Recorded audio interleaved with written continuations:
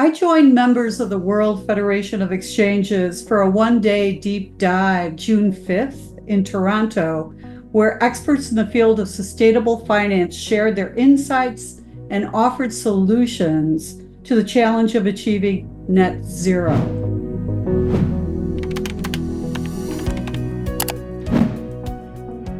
Sessions focused on many things related to sustainability reporting, transitioning the broader economy, progress on climate disclosure in the U.S., best practices in reporting, funding the whole economy, transition taxonomies. Victoria, would you like to get started here and provide an overview of the Toronto conference? Earlier this month, we held our Global Sustainability Conference, which was chaired by our members in Toronto, TMX. And we covered two broad themes which you described, namely reporting and transition finance. And the purpose of the conference was to help equip our members so that they too can support their issuers in these various areas which are constantly evolving and developing. More and more businesses will start to disclose information that we want our members to help the issuers be on the front foot of this and learning from each other and working to develop best practices. So on the two themes, I'd say there was really reporting, and within that, there is a lot of development in terms of and a push for increasing reporting to cover nature and biodiversity. And also, as a result of a lot of European requirements, and in the UK, there is going to be another focus on supply chain reporting as an additional area for disclosures. And then in addition to that, there's been some thinking about, what is the appropriate structure of disclosures for small and medium-sized enterprises. And so we focused on that element as well. But in relationship to transition finance, we're really seeing some elements that are critical to make that happen. One of those areas is transition planning. If you really want to develop products that are focused on the transition, you really need to see the transition plans of individual issuers, and exchanges themselves are also working on this.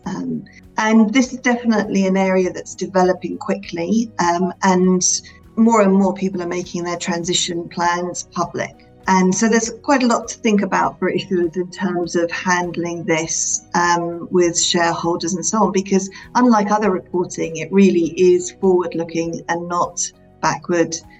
So, the best laid plans and such can have to adapt as they learn more and as they get clearer and clearer on what their emissions are, etc. And the other element that's been critical is we've seen a lot with a focus on green finance and trying to encourage that. And as a result of that, there were a lot of taxonomies that were developed focused on helping to identify what were green activities. But more and more, as we realize that we need to transition the broader economy and we need to raise funds for that and to help existing firms transition, then we also need to expand the nature of those kinds of taxonomies. And so we are beginning to see the development of what we would consider to be more taxonomies that are transition focused. And this is a kind of area where you find that sometimes the first taxonomies that we saw, for example, with China or the EU, that have been very well established, sometimes, they were not necessarily, they focused a bit on transition, but with more and more experience, we can do more. So on that gives you a sense of the overall discussion that we had. But we also began looking a little bit at the Canadian market and some of the unique aspects of that. So I was wondering, maybe this is a great place, Nicole, for you as our host for TMX Group to talk a little bit about some of the unique aspects of the Canadian market. The idea of a transition taxonomy is really important to us here in Canada, given the depth of the natural resources that, of course, we have. And so many of our public companies are thinking about their transition goals, and a transition taxonomy will be really important to help them get there. But I'll just say, from a starting perspective, we were very proud to have welcomed distinguished guests from our peer exchanges around the world to Canada's capital markets. As the owner of exchanges, we are facilitators and enablers of critical economic activity in Canada. And we see it as our responsibility to set an example. As a public company ourselves, we've been actively integrating sustainability into our overall strategy, including providing critical support and advocacy for all of our market participants as they evolve their own sustainability goals. As I reflect on the meeting earlier this month, we heard a number of key themes, and I'll try and put them into the Canadian context. It's hard to talk about the state of ESG in Canada without recognizing that Canada is a large and diverse country with, as I said earlier, abundant natural resources and heavily connected to and influenced by the US. It's critical that Canada's economy remain competitive, both having regard to our neighbors to the south and the global nature of competition for capital. Traditional pools of private capital are smaller in Canada, which has led to our globally unique and powerful venture market where growth-oriented companies can access public capital. This context means that we heard from our regulators that their focus in the area of sustainability reporting has to be on proportional regulation to protect investors while also supporting capital formation. TMX Group has been a strong and vocal supporter of the development of an internationally recognized baseline for sustainability reporting. Earlier this year, the Canadian Sustainability Standards Board published draft standards based on those created by the International Sustainability Standards Board, and that was a critical milestone for us in Canada. Importantly, we also recognize that standardized and high-quality climate-related disclosure provided by issuers that are of appropriate size and scope will assist stakeholders and investors to appropriately price those risks and opportunities and then be able to allocate capital efficiently. We are actively engaged on behalf of our issuers and Canada's capital markets to ensure that sustainability standards in Canada are applied in a way that achieves their vital purpose and supports enduring success of Canada's public company ecosystem. Let's look a little bit at what we talked about on June 5th. One of the major topics was comparability for investors. Would anyone here like to talk a little bit about that growing international consensus on reporting frameworks? Where is it going? Maybe I can jump in on that from the, NYSE or from a parent company intercontinental exchange aspect. ICE, as my parent, is a data provider out to the asset manager community. So we provide ESG data, we provide climate transition, as well as climate physical risk data out to the investor community. So I think, we naturally think as NYSE in terms of what's the information a company needs to provide for investors so that investors can manage portfolios effectively. And I think what you're starting to see from investors is a lot of consolidation around that ISSB framework.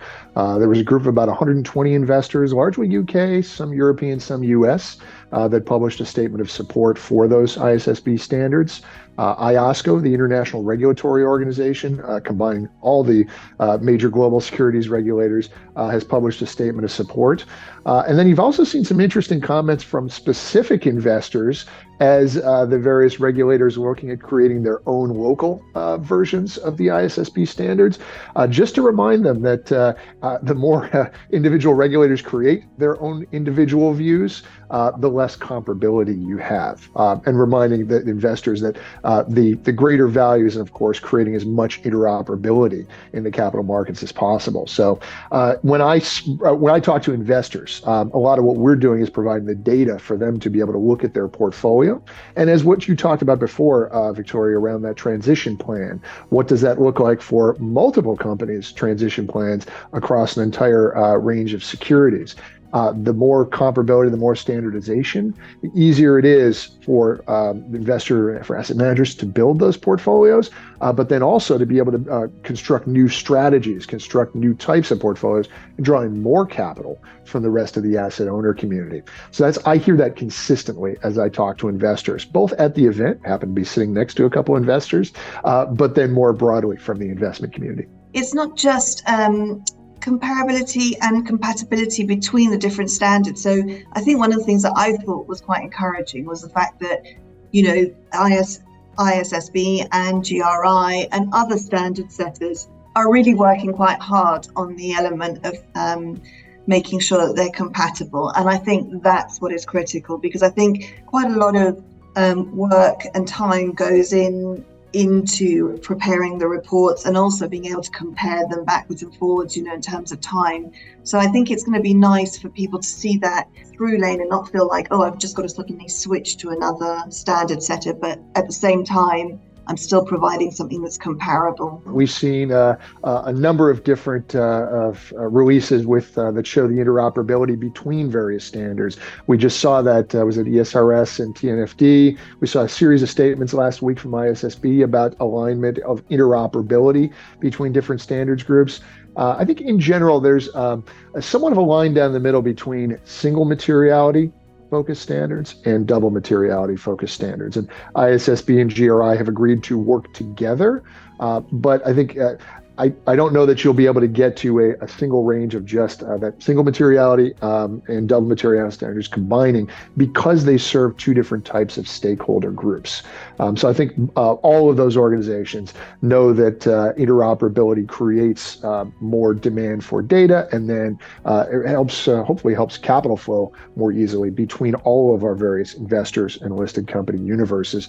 That's pretty clear from all the releases we've seen. Brian, can I just ask you, do you feel that those two different elements have become more of an issue when you come to scope 3 and thinking about your supply chain up and down, or are you already seeing it as a factor now? I'd say I talk to a lot of companies that are being much more forward about managing and measuring the information that comes out of Scope 3, more in terms of activity-based as opposed to spend-based information, and also having that dialogue directly with suppliers. Having that direct relationship one-to-one with many of those larger supplier organizations. That's going on across our cross organizations. So you do see more than just, I guess, when you're talking about Scope 3, you do see more than just emissions information. Sometimes you see life cycle information of products flowing back and forth. There are some industries that have been very open about trying to share knowledge when it comes to life cycle assessments, moving all the way down through a supply chain to get to the customer, that information should benefit every member of the chain in terms of reducing emissions. When you mentioned two stakeholder groups, who are you talking about specifically? So when I think about ISSB, International Sustainability Standards Board, is built for an investor as stakeholder. All of the standards have been built for use by the investment community. The materiality is in line with IASB standard of materiality. That's aligned there. On the other balance, GRI was really built to meet a whole range of different stakeholders, from employee organizations to regulators, to governments, to really the general public as a whole. So there are different focuses to those type of standards. The nice part is that with both organizations talking to one another, ideally any change you make to one set of standards, the other side should be aware of those, but they will be used for different purposes depending on the stakeholder group. I think I'll focus on three: companies, investors, and government. So as an exchange, I think it's really important that we have transparency, security, access to information, access to investment opportunities. The size of the challenge is significant. So we are looking at hundreds of trillions of dollars to be allocated if the goal is to get to net zero by 2050. And to make that capital allocation, we need, in my view, we need data. And I think it's great that we see some interoperability and some standardization across different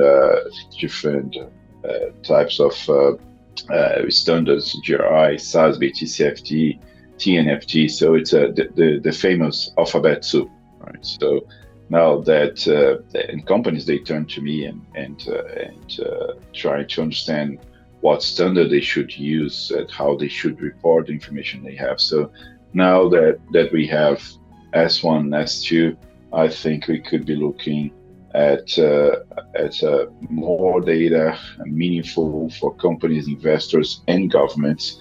If you look at the reality in Brazil, we have now our regulator, the CVM.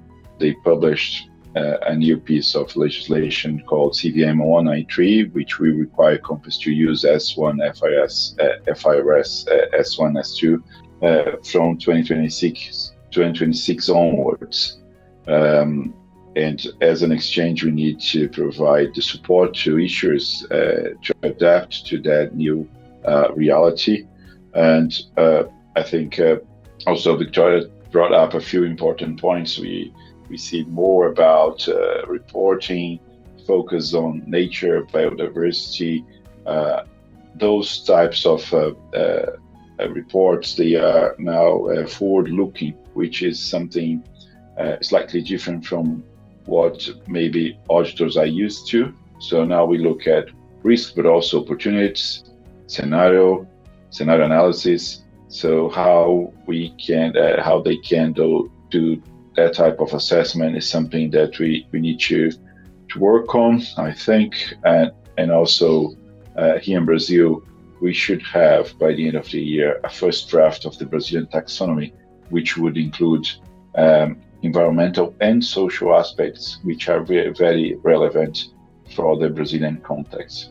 So maybe we should move on a little bit and talk about the specific role of exchanges in encouraging reporting. One of the points that was made by one of the participants, Temi from Nigeria, was that real fine line between the need to encourage issuers to provide as much information as possible, and then that balance in terms of the onerous nature of it and listings as a whole. And I think exchanges are constantly mindful of that balance and trying to get the right balance there, and certainly to try and provide information that is useful for the range of investors that are out there and what they're looking for and what is important to them, but at the same time thinking about mediating that balance for issuers as to what is possible to do, but also helping issuers to identify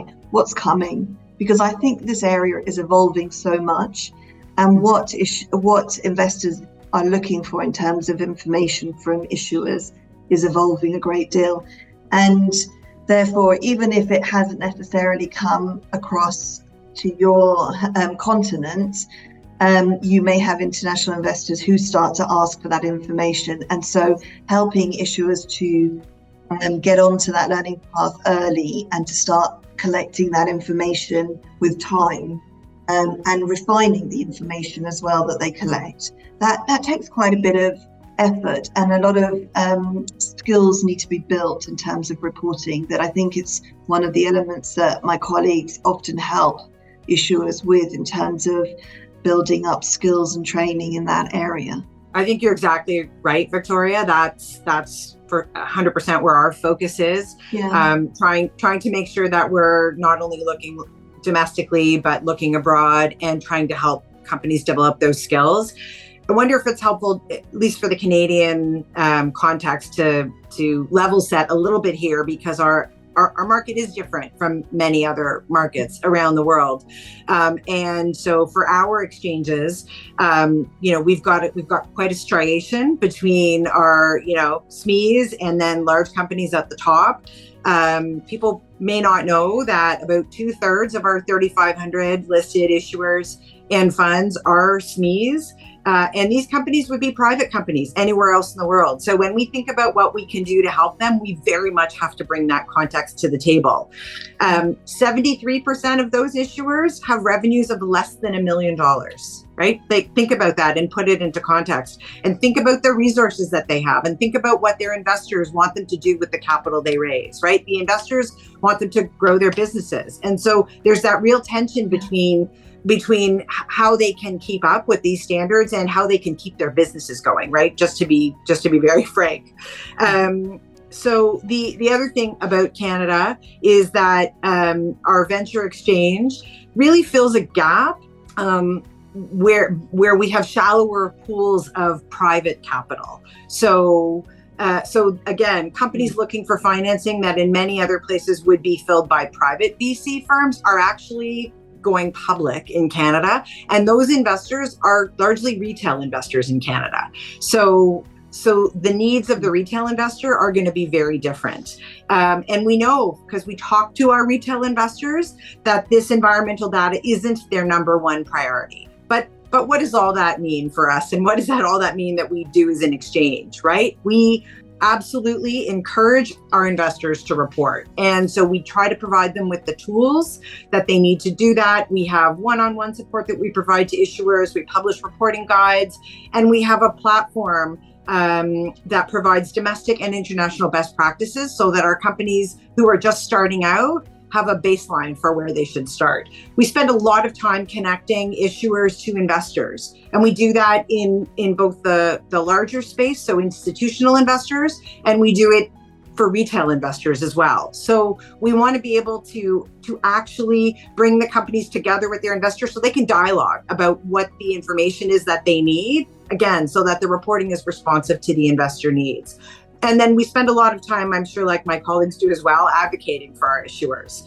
And so again, making sure that the tools and the markets are calibrated and responsive to what the investors want and what the issuers want. The other area where we play a role, and it's similar to what you said, Brian, and what you said, Cesar, is data. So of course, we are an active provider of data to our investors, and in particular in the sustainability space. We offer news, we offer climate science, and then information on the evolving regulatory frameworks. And we also continue to listen to the investor community and try and make sure that we are providing the data that the investor community needs. Brian, do you want to say something about the U.S.? We're so different. When I think about the leaders across each industry in my listed company universe on NYSE, actually there's some of the same companies that are listed on Nicole's exchange, as well as some of the same companies listed on Cesar's exchange. There are leaders across some of those that I've put younger, newer, less advanced companies in touch with to make those connections. So actually, a lot of our markets overlap. I was going to take something that Nicole mentioned when it comes to the venture universe, private equity universe, some of the earlier stage companies. When I think about, we all work for public equity exchanges, I think we all naturally sit where we think that the transparency provided by the public equity structure is one of the best structures out there to create and achieve full and fair valuations. I think that's why we're sitting in these seats we are today. I'll say though, I've started to, fingers crossed, start to see a little bit more of an IPO market coming down the pike. We've got a few new companies that are both private equity sponsor backed, venture capital, and a few bootstrapped as well. But we're starting to see more of those companies coming into thinking about the public markets. So one thing that's happening, a lot of the private equity firms have built out their own programs to do some of the basic education for those companies that may wind up on the public markets. I'd say we've done a number of different events to bring those groups together and help in that education process. Then for venture-backed companies, maybe a few of the venture firms are getting more involved there. But really a lot of venture-backed companies, the first time they see inbound requests for information, it's actually from their customers. It's from some of the larger firms that we talked to a little bit earlier that are measuring scope 3, are looking up in their supply chain and bumping into those venture-backed firms who now need to think about their approach to climate, to water usage, to human capital. And they're starting to ask some of those same questions too. So while my primary role at the exchange is to work with our main listed company universe, a lot more of what I'm doing in the last 6 months or so is actually connecting to a lot of those companies that are thinking about the public markets.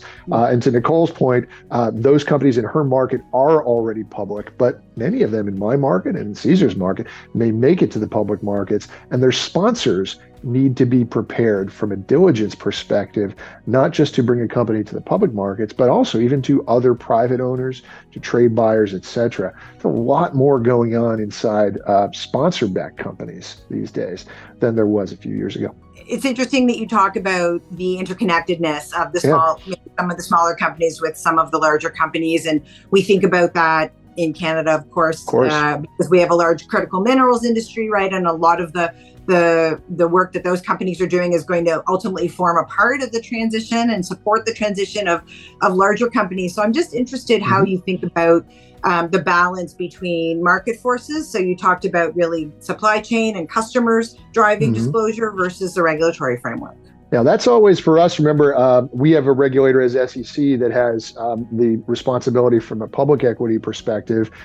They published their climate rule earlier this year that, of course, is now held up from a regulatory perspective. But then we also have the state of California has its own legislation that will touch companies above a certain size when it comes to climate.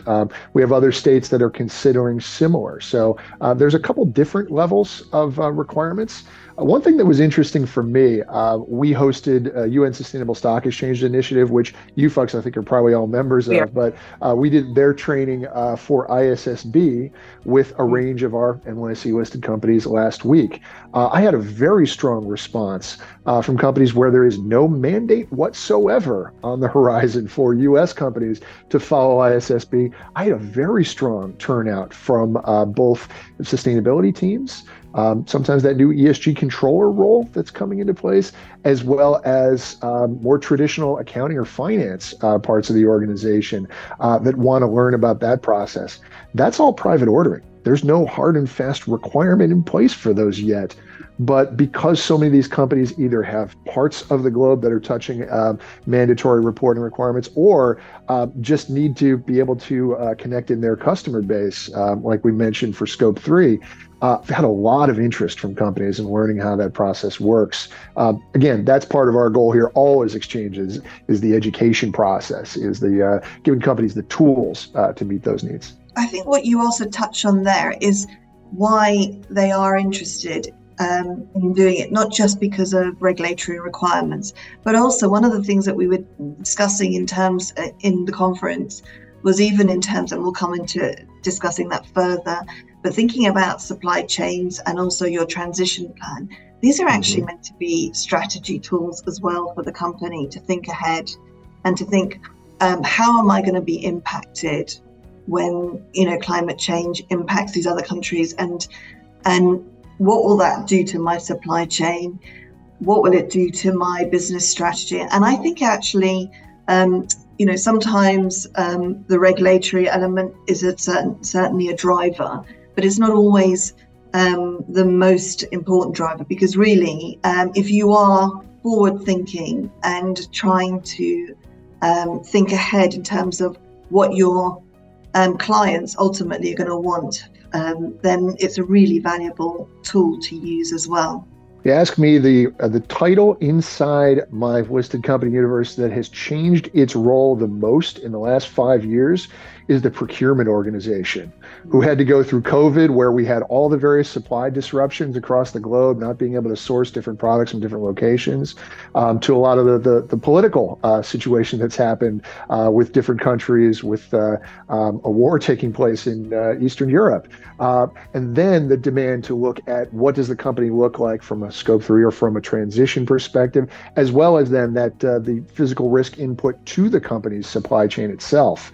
That role has gotten a lot smarter and had a lot more tools built into it over the last few years. I find that organization is kind of the boots on the ground when it comes to taking that strategy that you talk about and applying it to actual decisions that are made out in the business. Yeah, in Canada, certainly we're catching up a little bit with Europe, and we just this year was the first reporting year for us in our new anti-modern slavery legislation, which, again, right, if I think about our procurement function and, for us, but then the procurement functions for all of our listed companies and other companies wanting to get on this bandwagon, and comply both from a customer and supply chain perspective, but also from a regulatory perspective. This is new work for them, right? That they were focused on helping us, procure efficiently, procure on a cost-effective basis. Now they also have to bring all of these other considerations into their daily lives, right? To help support our net zero goals, but also our, the more social goals, maybe the social aspect to ESG. I fully agree with Nicole and Brian, Victoria. The supply chain role has changed significantly over the years to take into account so many different aspects, including disruptions related to the pandemic, but also physical risks. You can see an example in Brazil, in the south of Brazil, where we had half of the state underwater, and that shows how the patterns, the weather, the extreme weather is changing the way companies prepare for the future. There is also a comment related to what Nicole said about the cross-border of capital, right? Flows of capital that could be allocated towards emerging frontier markets. It makes, in my opinion, even more important that that issuers in emerging frontier markets, including Brazil, they try and get this. They get familiarized with those new standards. That we get transparency, we get more data. There's a risk perception related to those regions that I think would be nice to review, to change, and information is critical. Of course, you have challenges, but also you have a number of organizations in those regions. They are doing a fantastic work. So when you look at also governments and the role that multilateral development banks can play in changing that investment narrative and the risk perception of the private sector. So I usually talk about how the public money can unlock the private sector, so sustainable investment at scale, and to that end, data reporting, access, transparency. They want to understand how the resources are being used. So it's very important that we have MRV sorted. So all those different aspects could play a very important role in supporting those economies. I think I'd like to get some thoughts from each of you about the major takeaways from the sustainability event. The focus of the event was, of course, first on harmonization, interoperability, trying to get a set of standards that companies can follow more easily. I always talk about as write once, read many. But beyond that, making sure those standards are fit for purpose. Nicole, I think we think in a lot of the same terms here, that you want to make sure to think about capital formation, think about the ability to match the appropriate investor and the time horizon focus of that investor with the issuer in each case. And then just a lot of comments around how just non-financial data is starting to look more like financial data. Non-financial planning strategy starts to look a lot more like financial focused strategy. And as the accounting organizations, as ISSB and other standards bodies are set up, they can help give you the frameworks to think about those so you can build trust in each of those spaces. And I think, Cesar, the point you just got to here around MRV and the evaluation process for emerging and frontier markets, all that's based around trust. And I think there's a lot that we can do as exchanges, as investors, as companies, as third parties in this space to help use those frameworks and the regulatory requirements built around them to help build trust across counterparties, across buyers and sellers, and across investors and investees. That's certainly how people look to us, I think, as exchanges.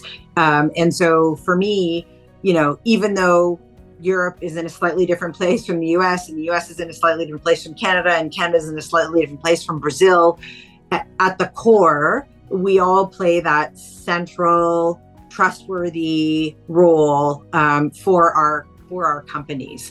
And we might all be at slightly different stages, and we might all have slightly different factors that we have to consider, but our role as those central marketplaces and ensuring that our companies are positioned and can access the capital that they need to transition. I mean, that's, for me, those are the themes that I heard throughout the day. And so for as many things I think that differentiate us, that central theme really, really aligns all of us in our roles. Fully agree with you. I think trust, the transparency, it's very important. And I see that many organizations across the globe, they get more interested. They understand the importance of data reporting.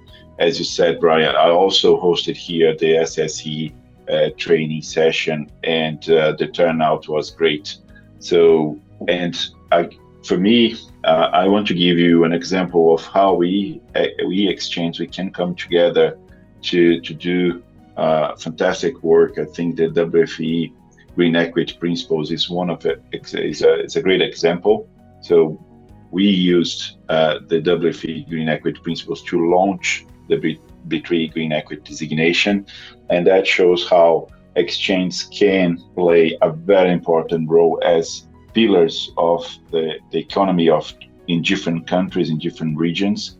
We can help, we can support companies and investors on their journey to a more resilient, just future. I think I really took away from the conference, but I guess I'm conscious of it throughout my interactions with the members and so on, is just how much is being done by our members and how proactive they are in this space. But also what I'm seeing is all these parts coming together so that it's not just reporting or disclosures for disclosure's sake.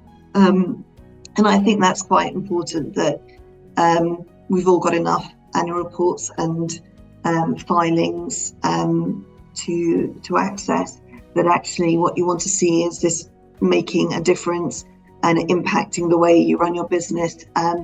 So one of the things I would also say, and that relates particularly to transition plans, but also thinking again also about nature as well and biodiversity, that this will really be significantly more complex to do, and something where the ability of us to all work together really helps, and that we have new guidelines that are coming out that are exciting, that really do help create a space for that to take place. So the TNFD disclosures really do provide a good model that we can all build on.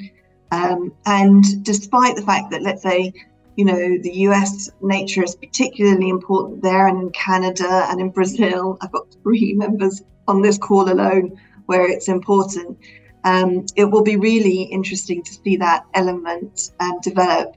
And then the other element is thinking about the supply chain reporting. If you have a transition plan and 70% of your emissions, they say, from various studies that have been undertaken come from your supply chain, it's going to make your transition plan far more accurate if that's included. So we're seeing a lot of overlaps between the pieces, and I think that's exciting.